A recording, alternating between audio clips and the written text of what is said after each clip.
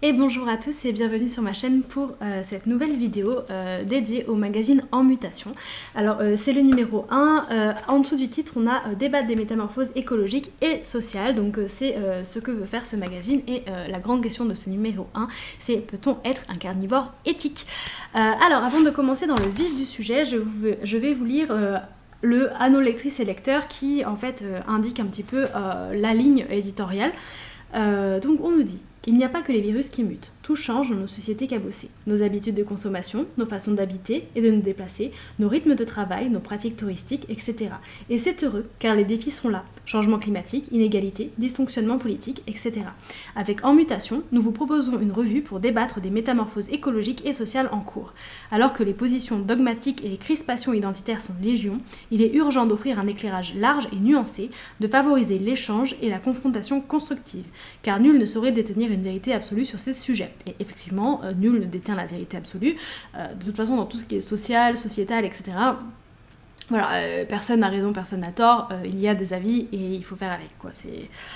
Et l'important, je pense, là-dedans, c'est de pouvoir débattre, discuter, sans que personne ne se fasse silencier sur ses positions. Donc, quelles que soient vos positions, le mieux, c'est d'avoir un espace d'échange agréable, convivial, dans lequel vous vous sentez en confiance pour débattre et poser des questions. Pour vous donner à lire le meilleur, nous avons uni nos forces respectives, le savoir-faire éditorial d'une maison indépendante spécialisée dans les grands enjeux écologiques et la compétence journalistique d'un magazine d'information de premier plan qui analyse l'actualité chaque semaine. L'esprit de synthèse et l'ouverture d'esprit, la puissance irréductible des faits, la diversité des initiatives. Ce numéro 1 a été conçu avec enthousiasme et ardeur. Nous espérons qu'il éveillera votre curiosité et vous inspirera pour penser et créer le monde de demain. Nous reprendrons pour finir ce conseil adressé par Rainer Maria Rilke à son jeune poète.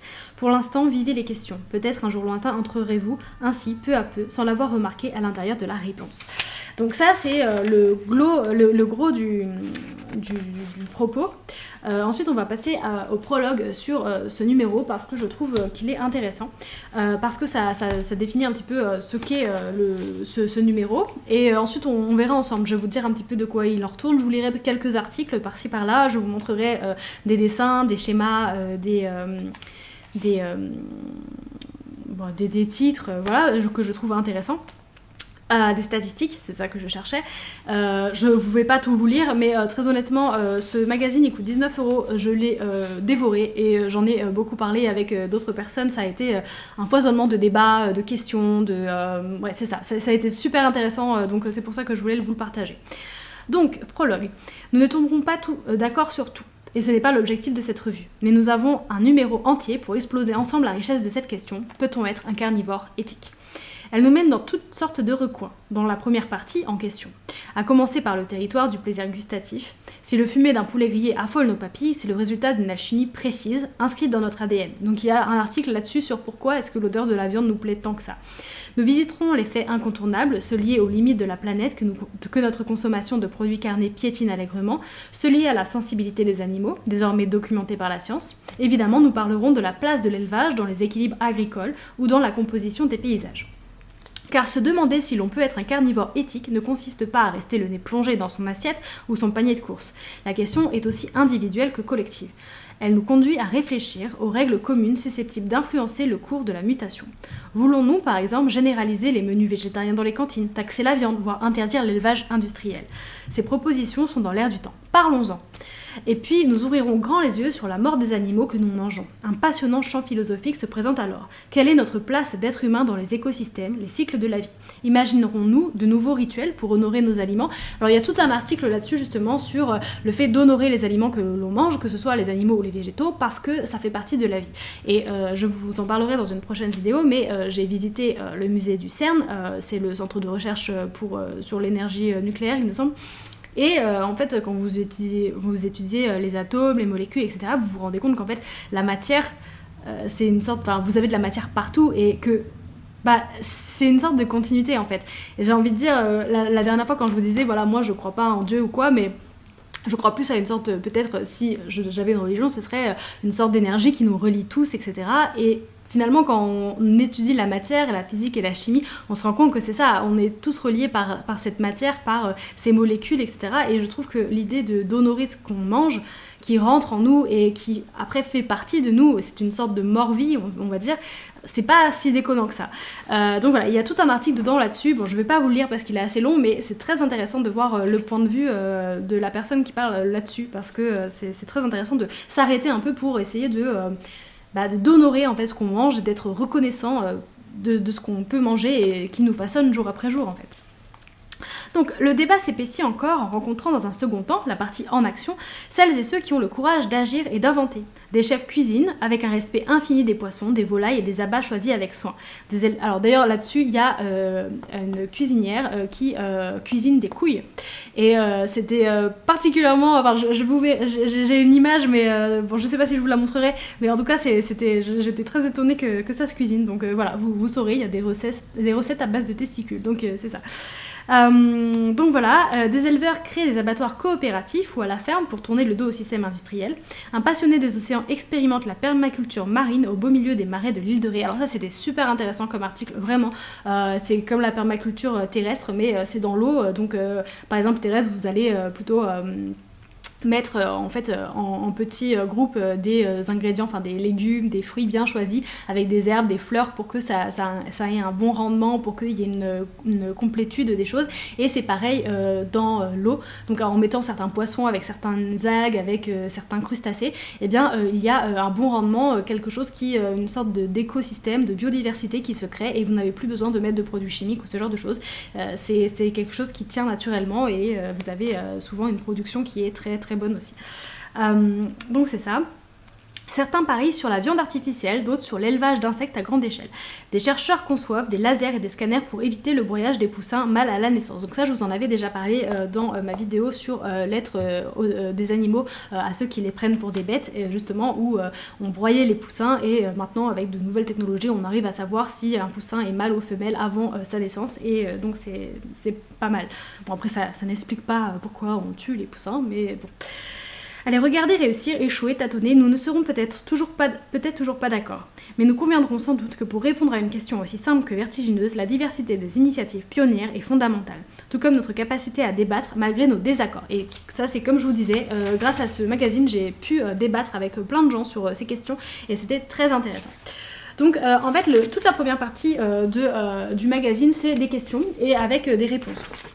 Donc par exemple, pourquoi aime-t-on autant le goût de la viande ? Ou quels sont les impacts sur la planète, par exemple les ruminants, ça dégage énormément de CO2, l'élevage européen fait brûler l'Amazonie, notre consommation de viande favorise la diffusion des virus et il y a une réduction de notre consommation de viande qui est nécessaire. Vous avez par exemple le coût carbone de la viande selon les espèces, donc vous voyez que le bœuf, le coût carbone est énorme. Ensuite on a l'agneau et le mouton par exemple, c'est aussi énorme, donc c'est ça. On a beaucoup de chiffres, c'est très intéressant. On se rend compte aussi que carnivore versus végétarien, c'est un débat très ancien et que c'est surtout les religions monothéistes et catholiques qui ont en fait un peu écrasé ce débat. On nous cite par exemple Saint Augustin qui insiste un chrétien qui ne mange pas de viande est un mauvais chrétien. Voilà, donc c'est génial. Donc c'est ça et on parle par exemple de menus végétariens à la cantine. Alors peut-on équilibrer notre régime alimentaire sans produits animaux ? Et effectivement oui, alors il y a le cas de la vitamine B12 qui reste, mais en tout cas voilà. Et on a par exemple aussi des questions comme faut-il limiter sa consommation de viande pour rester en bonne santé ? Et donc en fait on nous dit... L'excès de viande rouge accentue par ailleurs, selon l'Agence nationale de sécurité sanitaire de l'alimentation, de l'environnement et du travail, le risque de prise de poids, de diabète de type 2 et de maladies cardiovasculaires. Ces dernières sont liées à la présence dans la viande rouge de sodium et de lipides, surtout de graisses saturées.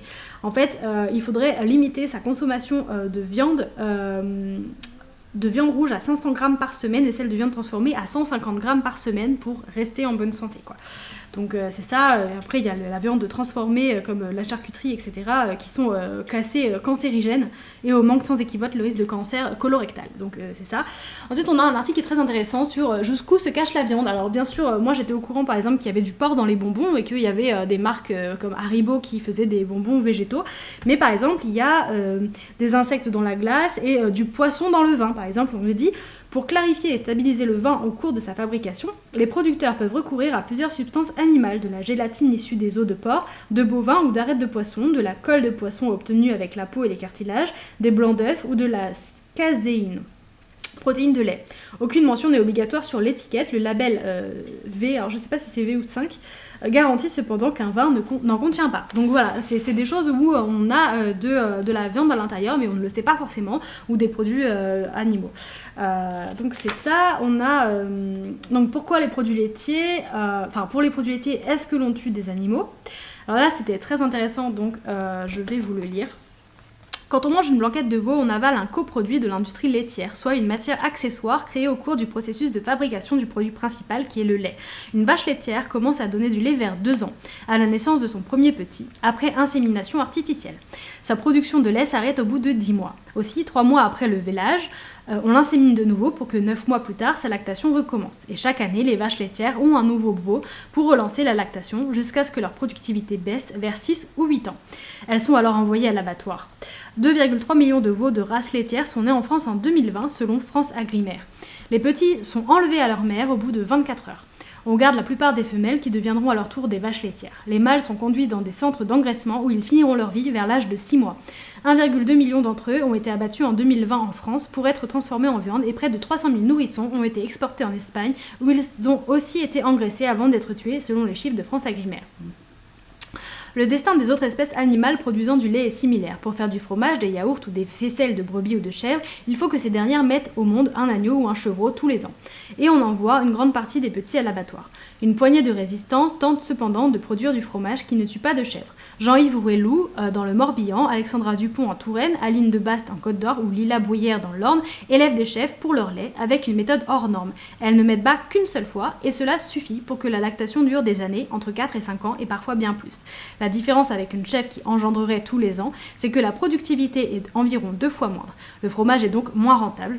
Les animaux sont parfois adoptés par des particuliers quand ils ont fini de donner du lait et meurent de mort naturelle. En fait, il faut savoir que tout ce qu'on fait au niveau de laitage, le fait d'enlever les petits à leur mère, le fait d'abattre les animaux bien avant leur espérance de vie, c'est pour la rentabilité. C'est parce qu'on veut toujours plus, toujours plus, toujours plus. Et qu'on peut tout à fait produire sans ça, en fait.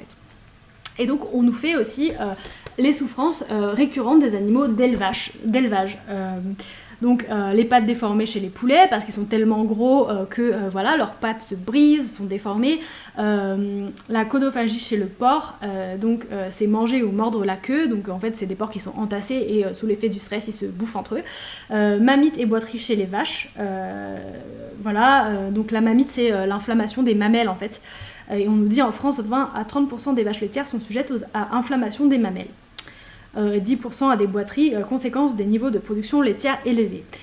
Faim et soif pendant le transport parce que en fait on le verra tout à l'heure, je sais pas si j'en reparlerai, mais en gros les abattoirs ont vraiment diminué et parfois en fait les animaux doivent faire 400 km avant d'être abattus et ils sont pas bien traités pendant le transport. Et stress et brutalité à l'abattage, et là je vous renvoie à toutes les vidéos de L214 qui en gros ont été diffusées sur les conditions effroyables dans les abattoirs. Alors là c'est très intéressant aussi, c'est une question donc combien d'animaux vivent sans jamais voir le jour, c'est-à-dire sortir au grand air. Donc voilà, parmi les animaux abattus chaque année en France, voici la proportion de ceux qui n'ont jamais accès à l'extérieur au cours de leur vie et c'est totalement faramineux, notamment par les lapins. 99% des 30 millions de lapins n'ont jamais vu le jour de leur vie, 95% des 25 millions de cochons, 97% des 52 millions de dindes, 83% des 826 millions de poulets en chair. C'est énorme et je trouve ça totalement inhumain en fait. On a un article sur comment la législation a évolué. On a sur les labels, donc quel label prendre, et là on s'aperçoit que par exemple le label AB, l'agriculture biologique, ou label rouge, ils sont pas forcément très très bien. Donc par exemple l'agriculture biologique, on nous dit ce label a beau comporter de sérieuses exigences, il reste cependant limité sur toutes sortes de points. Il est par exemple toujours possible en bio de couper la queue ou meuler les dents des porcs, d'écorner les bovins après autorisation de l'organisme de contrôle, de les castrer sous anesthésie, bon bah voilà heureusement, d'épointer le bec des poules, et les temps de transport ne sont pas limités. Donc voilà, il y a des choses à savoir en fait sur les labels, sur si vous cherchez à consommer mieux, quel label choisir, quel label prioriser. Donc voilà, là on a un bilan sur comment la consommation de viande a-t-elle évolué dans le monde. Donc on voit qu'en France on a un petit peu baissé, mais par exemple il y a des pays comme le Vietnam où on est passé à plus de 335% par an. Donc c'est pas gagné hein, la baisse de la consommation de viande. Donc c'est ça. Ensuite on a l'agriculture sans pesticides a-t-elle besoin des animaux, donc il y a tout quelque chose là-dessus. On a donc l'association L214 au cœur du débat, donc avec la diffusion de ces vidéos sur les abattages, sur le broyage des poussins. Sur le fait que les poissons, donc on a les poissons ne crient pas, mais effectivement les poissons ressentent la douleur. Maintenant c'est scientifiquement prouvé, hein, donc c'est ça. On a un article sur comment bien choisir son poisson, parce qu'il y a des dates en fait, il y a des périodes où il vaut mieux manger certaines espèces de poissons plutôt que d'autres. En fait, ce magazine est vraiment très bien. On a par exemple les leçons des peuples autochtones sur le respect de la nourriture. En fait, alors bon, pour les gens qui sont végétariens ou véganes, bien sûr, vous allez vous dire, mais de toute façon, moi je m'en fous, je mange pas de viande et tout. Mais je trouve que c'est intéressant pour ceux qui essayent de faire une transition, pas forcément en devenant vegan ou végétarien, mais en essayant d'aller vers la qualité dans l'assiette. Parce que, en fait, je trouve que c'est important aujourd'hui parce que la qualité de ce que vous mangez, c'est aussi la qualité de ce que vous êtes. Si vous mettez des produits pourris dans votre corps, vous allez devenir pourri. Hein, en tout cas, c'est ma vision des choses. Donc, que vous soyez... si vous mangez de la viande, du poisson, etc. Alors ça, c'est affreux aussi. Donc voilà, chaque année en France, 13% des produits animaux sont perdus au gaspillage ou gaspillés.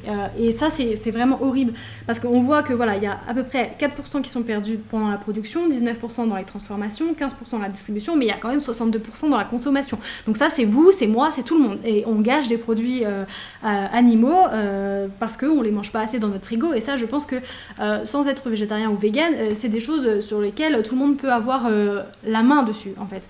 En achetant peut-être plus fréquemment des produits, en regardant un petit peu ce que vous avez dans votre frigo tous les jours pour ne pas gâcher. Donc ensuite, il y a donc la partie en action. Après toutes les questions, c'est la partie en action. Et donc là, on va faire la rencontre de personnes qui essayent de changer les choses, donc en cuisinant de façon particulière. Alors on a notamment cette personne qui cuisine des couilles. Comme je disais, les abats qui magnifient tout ça, qui essayent de prendre des pièces de choix, de qualité pour leur cuisine. Et ça, c'est vraiment très intéressant, je pense. C'est des restaurants gastronomiques qui font attention à ce que leurs clients mangent. On nous parle de boucherie aussi à Bordeaux. Comment est-ce que ces gens font et honorent la viande, en fait, quelque part. Bon, moi, ça me dégoûte un peu de voir ça, mais voilà. On a aussi toute une partie sur les bergers de la forêt, sur ce qu'ils font. Donc là, par exemple, en fait, il y a beaucoup d'hectares et donc les moutons vont un petit peu dans les pâturages. Il y a aussi tout un développement avec les arbres, d'autres espèces. Voilà, pour par exemple remettre les arbres au centre de l'espace agricole, parce que ça fait des zones d'ombre, parce que ça nourrit, et eux aussi, en gros, ils travaillent avec la ruche qui dit oui. Alors mon amie Manon m'en avait parlé, je suis toujours pas allée voir, mais c'est un magasin qui promeut en fait les producteurs, les petites exploitations, etc. Et au lieu de gâcher la laine, en fait, la femme de cette dame-là, donc c'est Paul de la Tour. Et donc sa femme, je ne sais plus comment elle s'appelle, Olivia Bertrand, voilà. Alors oui, c'est ça, c'est sa compagne, elle est tisserande. Et donc elle a un site internet, donc c'est lainepaysage.fr. Et on nous dit en fait, en France, les toisons des moutons sont la plupart du temps brûlées, parfois vendues à un prix dérisoire, par exemple 30 centimes le kilo, à des négociants. Laine Paysanne, qui rassemble aujourd'hui une quinzaine d'éleveurs, achète cette laine à 1 € le kilo et la transforme en pull, chaussettes, bonnets ou étoiles précieuses. Dans les locaux qui abritent la coopérative située au cœur de la ferme, travaillent 7 salariés. Et donc voilà, c'est une façon aussi de faire. Alors moi, je vais vraiment aller me renseigner, je pense, sur ce site. J'ai pas encore été, mais je vais y aller parce que j'aimerais vraiment acheter des vêtements déjà qui sont durables, qui sont pas, qui n'enrichissent pas en fait les grands industriels, qui ne sont pas responsables de l'esclavage moderne d'enfants dans des pays du tiers-monde. Enfin vraiment des vêtements qui durent, parce que là franchement, l'obsolescence programmée, ça se voit de plus en plus quoi. Enfin vous achetez des t-shirts ou quoi, 3 mois après votre truc ça ressemble à un torchon. Alors après, on a tout un dossier sur ces éleveurs qui réinventent l'abattage, parce que en fait, on nous dit, je vais retrouver, mais en gros, au début des années 1970, on dénombrait 1200 abattoirs sur tout le territoire. Et fin 2018, il n'y en avait que 268. Donc, on nous dit cet effondrement s'est accompagné d'une monopolisation économique entre les mains de 4 grands groupes privés, dont le mastodonte Bigard, et la moitié de la production est assurée par une vingtaine d'abattoirs seulement. Et donc on nous dit voilà les cadences infernales de certains abattoirs industriels où il n'est pas rare qu'on abatte 80 bêtes par heure. Et donc entre 500 et 800 par jour, enfin c'est démentiel. Donc en fait ce sont des producteurs, des éleveurs qui essayent d'avoir des abattoirs plus localisés pour éviter justement ces énormes abattoirs, etc. et reprendre la main sur leur production. Alors bon, moi je trouve ça horrible d'abattre des animaux, mais voilà, et pourquoi pas après tout, mais bon, moi c'est pas du tout mon avis, mais je trouve que c'est intéressant d'évoquer en fait simplement ça. Et donc on a quand même un article qui interroge, parce qu'on a justement on nous dit certains se montrent nettement plus sceptiques à ce genre d'abattage, donc, et c'est le cas de la philosophe Florence Burga, qui estime que de telles méthodes ne changent absolument rien sur le fond à notre rapport à l'animal. On continue d'engraisser des bêtes avec pour seule fin de les manger, sans jamais interroger notre niveau extraordinairement élevé de consommation de viande, dénonce-t-elle. Les animaux continueront d'être tués alors que l'envie de poursuivre leur vie est une évidence que nous préférons oublier. Cette chercheuse spécialiste de la condition animale à l'INRAE, je sais pas comment ça se prononce, INRAE, y voit même une régression avec un risque d'affaiblissement des inspections déjà très peu présentes dans les abattoirs. Une fois qu'ils seront tués à la ferme, il n'y aura plus aucun contrôle, chacun tuera selon son beau plaisir, redoute-t-elle. La proposition d'un abattage à la ferme n'est, selon l'auteur de l'Humanité carnivore, donc c'est au Seuil en 2017, qu'un outil de communication pour permettre aux gens de se raconter une nouvelle histoire et le reflet des aberrations de l'approche welfare, qui se programme soucieuse du bien-être animal. Nous sommes arrivés à un point où on en vient à revendiquer un bien-être des animaux alors qu'il est question de leur abattage. Et je suis assez d'accord avec elle, c'est-à-dire que oui, ok, c'est génial le bien-être des animaux, mais si on veut vraiment le bien-être des animaux, dans ce cas-là, on ne les tue pas. Voilà, donc c'est bien d'essayer d'évoluer vers autre chose, mais la question c'est que voilà, si vous voulez vraiment le bien-être d'un animal, c'est pas en le tuant que vous allez obtenir son bien-être. Donc c'est ça. Ensuite, c'est très intéressant parce qu'on nous parle de la viande de culture, donc c'est de la viande qui est totalement fabriquée. Donc là, on a une photo de nuggets de viande fabriquée. Donc on nous parle un petit peu de cette entreprise. Donc pareil, ensuite on nous parle de... les nouveaux travailleurs de la mer, ça c'est intéressant, c'est les gens, voilà, on nous dit, ils prélèvent des coquillages sans endommager les fonds marins, respectent les saisons pour laisser le temps aux poissons de se reproduire ou adoptent l'art ancestral japonais de l'ikijime. Ces pêcheurs responsables s'engagent au quotidien pour respecter l'écosystème qui les fait vivre. Donc ça c'est pareil, ça vient en plus du fait de prélever des poissons, des crustacés de façon responsable et réfléchie, de pas... en fait, tout ce qu'on fait avec les animaux d'élevage aujourd'hui, on le fait aussi dans les océans. On détruit les espaces marins. Enfin, c'est aberrant. On en est vraiment à un point où il faut vraiment qu'on stoppe tout ça rapidement. Donc ensuite, on a, comme je vous disais, un article sur la permaculture marine qui est très intéressant aussi. On nous dit par exemple les algues épurent l'eau en absorbant les nutriments rejetés par les crevettes. Et c'est tout un écosystème comme ça qui se met en place et dans le respect de la faune et de la flore marine. Et je trouve que c'est une bonne solution aussi. Là voilà, pour en finir avec le broyage des poussins, donc ça je vais vous expliquer, ça parle de méthodes scientifiques. Donc par exemple le laser qui permet de sexer les œufs le plus tôt possible pour éviter d'avoir à tuer des poussins. Donc ensuite on nous parle On nous dit, alors ça c'est très bien, j'avais surligné dans l'article parce que c'est super, ça titre contre l'obsolescence programmée du vivant. On nous dit certains consommateurs sont prêts à faire des efforts financiers importants pour améliorer le bien-être des gallinacés. L'expérience de Pool House en est la preuve. Cette entreprise française s'est créée en 2017 avec la promesse de sauver les poules pondeuses de l'abattoir. Parce qu'en fait, c'est fou, mais la poule, dès qu'elle n'est pas assez productive, paf, abattoir. Quand ces dernières atteignent 18 mois, leur fertilité décline et elles sont tuées. Donc c'est ce que je vous disais, hein, à partir de 18 mois, allez boum, va-t'en. Alors qu'elles peuvent vivre au moins jusqu'à 6 ans. Donc on tue des poules à 18 mois alors que ces poules-là peuvent vivre jusqu'à 6 ans. Enfin c'est aberrant. Pool House a déjà sauvé 75 000 poules. Ces rescapés sont envoyés dans une maison des poules dans le Limousin ou accueillis par un éleveur spécialisé poulager. Elles continuent de pondre des œufs à leur rythme. Les œufs sont vendus au prix fort de 1 € pièce pour financer cette fin de vie. Depuis la création de l'entreprise, 10 millions d'œufs ont été écoulés sur le marché. Donc voilà, c'est en faisant des efforts tous à notre niveau qu'on peut réussir à rendre la vie animale meilleure. Alors certes, les poules sont toujours exploitées pour leurs œufs, mais voilà, la poule va vivre 6 ans au lieu de 18 mois dans un élevage industriel. Enfin, c'est quand même mieux. Je pense qu'on peut toujours essayer de faire mieux. Donc là, on a aussi de la nourriture pour poissons qui voilà, depuis 2017 en Europe, des poissons d'élevage se nourrissent de farine d'insectes. Sur ce nouveau marché prometteur, Innovafeed, une entreprise du nord de la France, produit des mouches noires qui, pour nourrir truites et crevettes, et a donné naissance à un véritable écosystème industriel local. Donc en fait avant on nourrissait les poissons avec d'autres poissons, enfin de la farine de poisson, et on continue de le faire, donc là on cherche des solutions. Bon c'est toujours discutable de faire ça avec des mouches, mais bon pourquoi pas. En fait après c'est une question de, j'imagine pour l'économie, une question de coût, une question de pour ou contre, de balance, qu'est-ce qui est le pire, qu'est-ce qui est le moins pire, etc. Je pense que c'est toujours à réfléchir. Je pense qu'on ne peut pas couper le système actuel net, et qu'il faut continuer à essayer de s'améliorer, à trouver des solutions, à apporter de l'innovation pour petit à petit faire en sorte que le vivant ne meure pas simplement.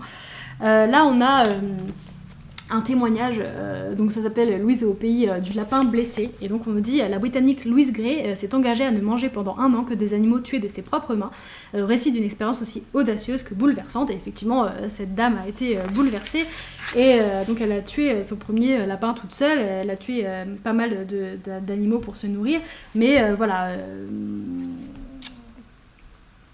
On a d'ailleurs Paul McCartney qui est devenu végétarien, et on a une citation: si les abattoirs avaient des murs en verre, tout le monde serait végétarien, et je pense que oui. Et donc Louise Gray a dit je ne veux plus jamais revoir ça, je ne mangerai plus jamais rien qui sorte d'un abattoir. Et elle s'y tient depuis. Louise Gray ne mange plus de viande que dans les grandes occasions, achetée chez des petits éleveurs qui tuent eux-mêmes leurs animaux, mais pour autant ne fait pas de prosélytisme et ne juge pas les autres. Souvent elle se dit que l'être humain est fragile et qu'il a besoin de se dédoubler pour vivre et ne pas trop en savoir. Mais elle sait aussi qu'un petit Jiminy Cricket s'épuise dans l'esprit de chacun d'entre nous à murmurer que c'est cette dérobade qui rend possible l'atrocité. Donc voilà, je pense que ça fait mal de regarder la vérité en face, mais que c'est aujourd'hui totalement obligatoire, et qu'il va falloir se faire violence pour regarder les choses telles qu'elles sont, pour pouvoir les améliorer. Et ce que j'ai beaucoup aimé aussi dans ce magazine, c'est qu'il y a un pour aller plus loin, avec notamment des livres, et là il y a Cadavre Esquis, c'est un roman en fait où l'être humain qui est seul sur une terre dégradée, et en fait il y a des humains qui servent à nourrir les autres, c'est des humains d'élevage en fait, et donc ça a l'air super intéressant, je l'ai dans ma pile à lire. Donc c'est ça, on a des bandes dessinées, et on a sur la deuxième page des films et des sites pour aller plus loin aussi. Donc voilà, j'ai énormément apprécié ce magazine, donc je ne peux que le recommander. Ça parle de sujets d'actualité, c'est super. Alors j'étais pas d'accord sur tout, et comme je vous ai lu au début, ils sont tout à fait au courant qu'on va pas être d'accord sur tout, mais je pense que lire ce genre de magazine, ça peut vraiment faire prendre conscience de certaines choses, mettre certaines choses sur le devant de la scène, et aussi permettre le débat, ce qui est très très intéressant aujourd'hui.